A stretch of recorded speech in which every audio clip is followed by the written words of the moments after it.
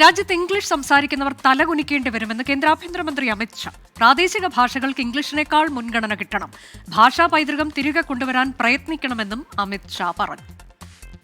हमारे देश की भाषाएं हमारी संस्कृति का गहना है. हमारे देश की भाषाओं के बगैर हम भारतीय ही नहीं रहते हैं. हमारा देश, इसका इतिहास, इसकी संस्कृति, ये हमारा धर्म, इसको समझना है तो कोई विदेशी भाषा में नहीं समझा सकता.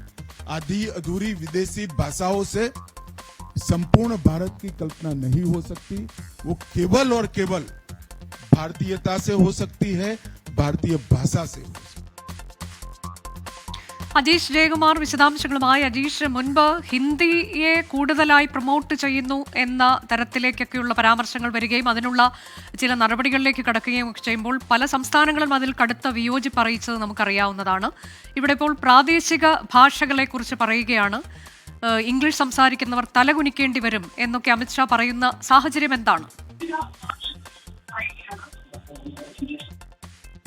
പ്രകാശന ചടങ്ങിനിടയിലാണ് അമിത്ഷായുടെ ഈ പരാമർശം ഉണ്ടായിരിക്കുന്നത്. ഇംഗ്ലീഷ് സംസാരിക്കുന്നവർ ലജ്ജിക്കേണ്ടി വരും, അല്ലെങ്കിൽ തലകുനിക്കേണ്ടി വരുന്ന ഒരു സമൂഹം വിദൂരമല്ലെന്നാണ് ആഭ്യന്തരമന്ത്രി അമിത്ഷാ പറയുന്നത്. കൊളോണിയൽ ഭരണം അടിച്ചേൽപ്പിച്ച ഭാഷയാണ് ഇംഗ്ലീഷ്. നമ്മുടെ സംസ്കാരത്തിന്റെ രത്നങ്ങളാണ് പ്രാദേശിക ഭാഷകൾ. അവ ഇന്ത്യയുടെ അടിത്തറയാണ്. അതിന് ഇംഗ്ലീഷിനേക്കാൾ മുൻഗണന കിട്ടണം. അതില്ലാതെ നമുക്ക് ചരിത്രം പോലും മനസ്സിലാക്കാൻ കഴിയില്ല. പ്രാദേശിക ഭാഷകളില്ലാതെ നമുക്ക് യഥാർത്ഥ ഭാരതീയരാകാൻ കഴിയില്ല.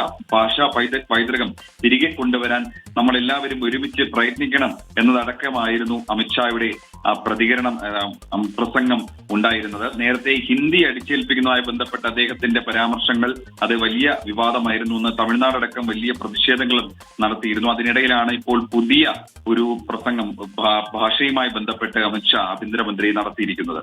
ശരി, ഭാഷാ പൈതൃകം വീണ്ടെടുക്കുന്നതിനെ കുറിച്ചാണ് ഇത്തവണ അമിത്ഷാ പറഞ്ഞിട്ടുള്ളത്.